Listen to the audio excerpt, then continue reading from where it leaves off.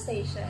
Globalization is a process of interaction and integration among the people, companies, and governments of different nations, a process driven by international trade and investment and aided by the information technology.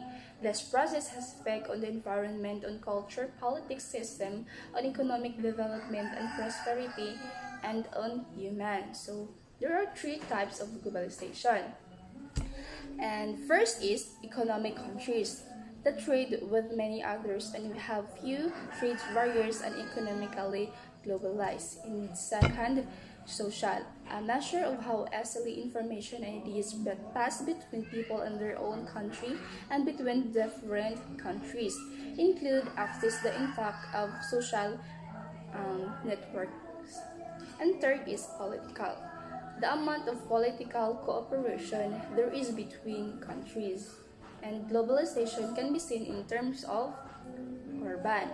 A hierarchy of global cities has emerged to act as a culture. So, the Bretton Woods system, after the two world wars, world leaders sought to create a global economic that would ensure a longer lasting global peace. So, they would believe that one of the ways to achieve this goal was to set up a network of global economic institutions that would promote economic independence day and prosperity. So, the Bretton Woods system was granted in 1944 during the United Nations Monetary and Financial Conference to prevent the catastrophes of early of the century from reoccurring and affecting international ties. So, returning to a pure standard became more difficult as the global economic crisis called the Great Depression, the global financial crisis, and the challenge to neoliberalism. The crisis spread beyond the United States since many investors were foreign governments, corporations, and individuals. The loss of their money spread like wildfire back on their countries. This series of interconnection allowed for a global multipliers effect that sent ripples across the world. For example, Iceland Bank heavily depended on a foreign capital. So when their crisis hit them, they failed to refinance their loans. As a result of this credit crunch, three of the Iceland top commercial banks fell from 2007 to 2008. Iceland debt increased more than sevenfold.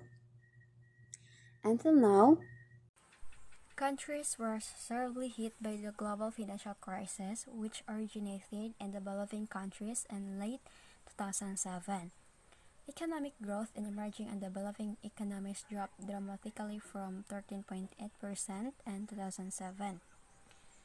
So, there are four main financial and real channels through which the global financial crisis spread to developing countries: private capital flows and remittance trade and need.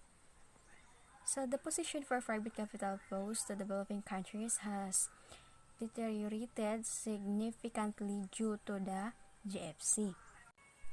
One potential importance transmission mechanism of the crisis is represented by remittances.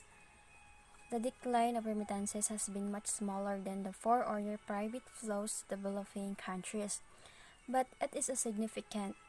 After a period of remarkable growth in 2007, most of 2008 remittances slowed down from the last quarter of 2008, and this trend continued into the first three quarters of 2009. According to the latest data released by the World Bank, the global financial crisis led to a lower demand for goods and services, the drying up of credit availability, and rising protectionism. The combined effect of these three factors significantly affected trade prices and volumes in developing economies, especially on those countries with a high degree of trade openness and export concentration and highly dependent on crisis-hit market. This has been recognized in several papers in the recent literature in the global financial crisis. The World Bank 2009 suggests that the ability of developing countries to cope with the capacity or the poverty effect on the crisis depend, among the others, on their fiscal capacities and institutional capacity.